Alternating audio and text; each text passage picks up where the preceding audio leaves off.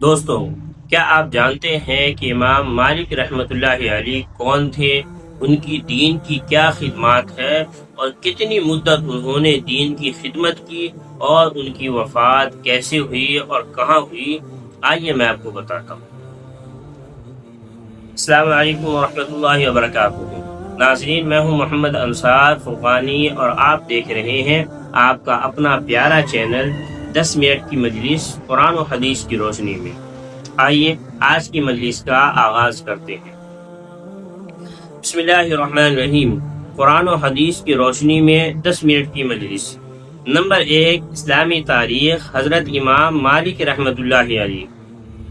امام مالک رحمۃ اللہ علیہ کی پیدائش سن 93 ہجری میں ہوئی۔ وہ مدینہ منورہ کے سب سے بڑے محدث، عالم اور فقیہ تھے۔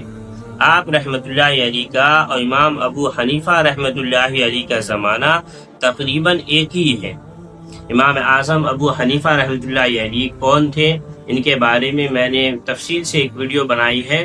پچھلی ویڈیو سے پہلی ویڈیو میں آپ دیکھیں، اور اس سے پہلی ویڈیو میں ان کے بارے میں بتایا ہے کہ کون ہے اور انہوں نے کس طرح دین کی خدمت کی اور کس نے ان کو زہر دیا اور کیسے وفات ہوئی۔ یہ ساری چیزیں میں نے بتائی ہے، آپ اس سے پہلی ویڈیو ضرور دیکھیں ایک بار۔ امام مالک رحمۃ اللہ علیہ اور امام ابو حنیفہ رحمۃ اللہ علیہ کا زمانہ تقریباً ایک ہی ہے۔ زہد و تقوی، علم و فضل اور فکر و عمل میں آپ امام ابو حنیفہ رحمۃ اللہ علیہ کے ہم پلہ تھے۔ خلیفہ وقت بھی ان کے حلقہ درس میں ایک معمولی شخص کی طرح شریک ہوتا تھا۔ امام ابو حنیفہ رحمۃ اللہ علیہ عمر میں ان سے بڑے ہونے کے باوجود ان کے درس میں شریک ہوتے تھے۔ امام مالک رحمۃ اللہ علیہ کی تصانیف میں موطا امام مالک سب سے اہم تصنیف ہے، جو احادیث نبوی کا ایک بہترین خزانہ ہے۔ صحیح بخاری سے پہلے موطا امام مالک ہی کو قرآن کے بعد سب سے زیادہ صحیح کتاب مانی جاتی تھی۔ ان کے علم، زہد و تقوی سے ایک بڑے علاقے یعنی طرابلس، تیوناس، الجزائر، مراکش اور اسپین میں بڑا اثر پڑا۔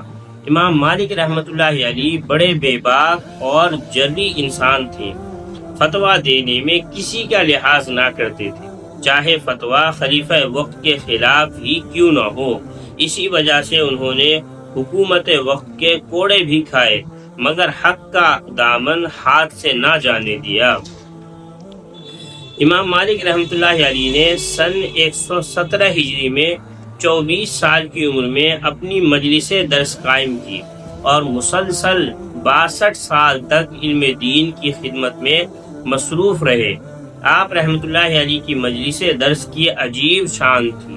طلباء، امراء اور علماء کثرت سے آپ رحمۃ اللہ علیہ کے درس میں شریک رہتے تھے۔ ان کی حکومت لوگوں کے دلوں پر یہاں تک تھی کہ بادشاہ بھی ان کے آستانے پر حاضر ہوتے تھے۔ ایک مرتبہ خلیفہ ہارون رشید مدینہ منورہ آئے تو امام صاحب سے موطا سننے کی خواہش کی۔ امام صاحب رحمۃ اللہ علیہ نے کہا، کل کا دن اس کے لیے ہے۔ ہارون رشید یہ سمجھا کہ وہ ہمارے دربار میں آئیں گے، مگر امام صاحب حسب دستور اپنی ہی مجلس میں رہے اور دربار نہ گئے۔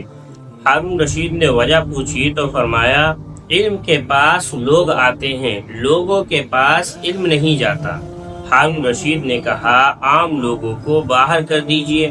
آپ رحمۃ اللہ علیہ نے فرمایا، میں ایک آدمی کے فائدے کے لیے ہزاروں کا نقصان نہیں کر سکتا۔ نمبر 2، اللہ کی قدرت۔ آنکھوں میں اللہ کی قدرت۔ آنکھ اللہ کی بہت بڑی نعمت ہے۔ آنکھ ہی سے ہم قسم قسم کی چیزوں کو دیکھتے ہیں، مگر ہماری آنکھیں صرف اجالے میں دیکھ سکتی ہیں، اندھیرے میں نہیں دیکھ سکتی۔ جبکہ اللہ تعالیٰ نے ایک پرندے الو کو ایسی آنکھیں دی ہیں جس سے وہ اندھیرے میں بھی اتنی ہی اچھی طرح دیکھتا ہے جیسا کہ ہم اجالے میں دیکھتے ہیں، لیکن وہ اجالے میں بالکل نہیں دیکھ سکتا۔ یہ اللہ تعالیٰ کی قدرت ہے کہ جس نے ہمیں اجالے میں دیکھنے کی طاقت دی اور اسی کو اندھیرے میں دیکھنے کی طاقت دی۔ نمبر 3، ایک فرض کے بارے میں نماز میں امام کی پیروی کرنا۔ حضرت ابو ہریرہ رضی اللہ عنہ فرماتے ہیں کہ رسول اللہ صلی اللہ علیہ وسلم ہمیں سکھاتے تھے کہ نماز میں امام سے پہلے رکن ادا نہ کیا کرو، یعنی اگر امام کے پیچھے نماز پڑھ رہا ہو تو تمام ارکان کو امام کے پیچھے ادا کرنا چاہیے، امام سے آگے نہیں بڑھنا چاہیے، یہ بالکل ناجائز ہے۔ نمبر 4، ایک سنت کے بارے میں سلام پھیرتے وقت گردن کتنا گھمائے۔ رسول اللہ صلی اللہ علیہ وسلم نماز میں دائیں اور بائیں جانب سلام پھیرتے ہوئے اتنا گردن کو گھماتے کہ آپ کے رخسار مبارک کی سفیدی نظر آ جاتی تھی۔ نمبر 5، ایک اہم عمل کی فضیلت، حاجی کو خوشخبری۔ رسول اللہ صلی اللہ علیہ وسلم نے فرمایا، حاجی جب جب بھی اللہ تعالیٰ کی تسبیح اور تکبیر بیان کرتا ہے تو اس پر اس کو بشارت سنائی جاتی ہے۔ نمبر 6، ایک گناہ کے بارے میں تصویر بنانے والے کی سزا۔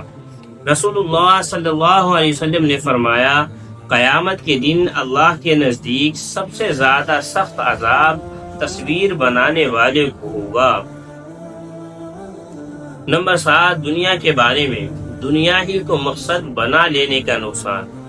رسول اللہ صلی اللہ علیہ وسلم نے فرمایا، جس کا مقصد دنیا بن جائے تو اللہ تعالیٰ اس کے معاملات کو بکھیر دیتا ہے اور اس کی غربت اور محتاجگی کو اس کی آنکھوں کے سامنے کر دیتا ہے، جس سے وہ ہمیشہ ڈرتا رہتا ہے، اور اس کو دنیا میں اتنی ہی مہلت ملتی ہے جتنا کہ اس کے مقدر میں ہے۔ اور جس آدمی کا مقصد آخرت ہو تو اللہ تعالیٰ اس کے کاموں کو سمیٹ دیتا ہے اور اس کے دل کو غنی یعنی مطمئن کر دیتے ہیں، اور دنیا اس کے پاس ذلیل ہو کر آتی ہے۔ نمبر 8، آخرت کے بارے میں داہنے ہاتھ میں اعمال نامے والے۔ قرآن میں اللہ تعالیٰ فرماتا ہے، اے انسان تو اپنے رب کے پاس جانے تک عمل کرنے کی پوری کوشش کرتا رہ، اور تجھے اس عمل کا بدلہ ملنے والا ہے۔ تو جس کا نام اعمال داہنے ہاتھ میں دیا گیا اس سے آسان حساب لیا جائے گا، وہ اپنے گھر والوں کے پاس خوش ہو کر لوٹے گا۔ نمبر 9، طب نبوی سے علاج، رائی کے فوائد۔ رسول اللہ صلی اللہ علیہ وسلم نے فرمایا، 2 کڑوی چیزوں میں کس قدر شفا ہے، گھیگوار یعنی ایلو ویرا اور رائی میں۔ فائدہ، رائی کا تیل بالوں میں مضبوطی پیدا کرتا ہے، سفید ہونے سے روکتا ہے اور جلد میں نرمی پیدا کرتا ہے۔ نمبر 10، قرآن کی نصیحت۔ قرآن میں اللہ تعالیٰ فرماتا ہے، اے ایمان والو تم اللہ اور اس کے رسول سے آگے مت بڑھا کرو۔ اے ایمان والو تم اللہ اور اس کے رسول کے آگے بڑھ کر بات مت کرو، اور اللہ تعالیٰ سے ڈرتے رہو، بے شک اللہ تمہاری باتوں کو سننے والا اور کاموں کو جاننے والا ہے۔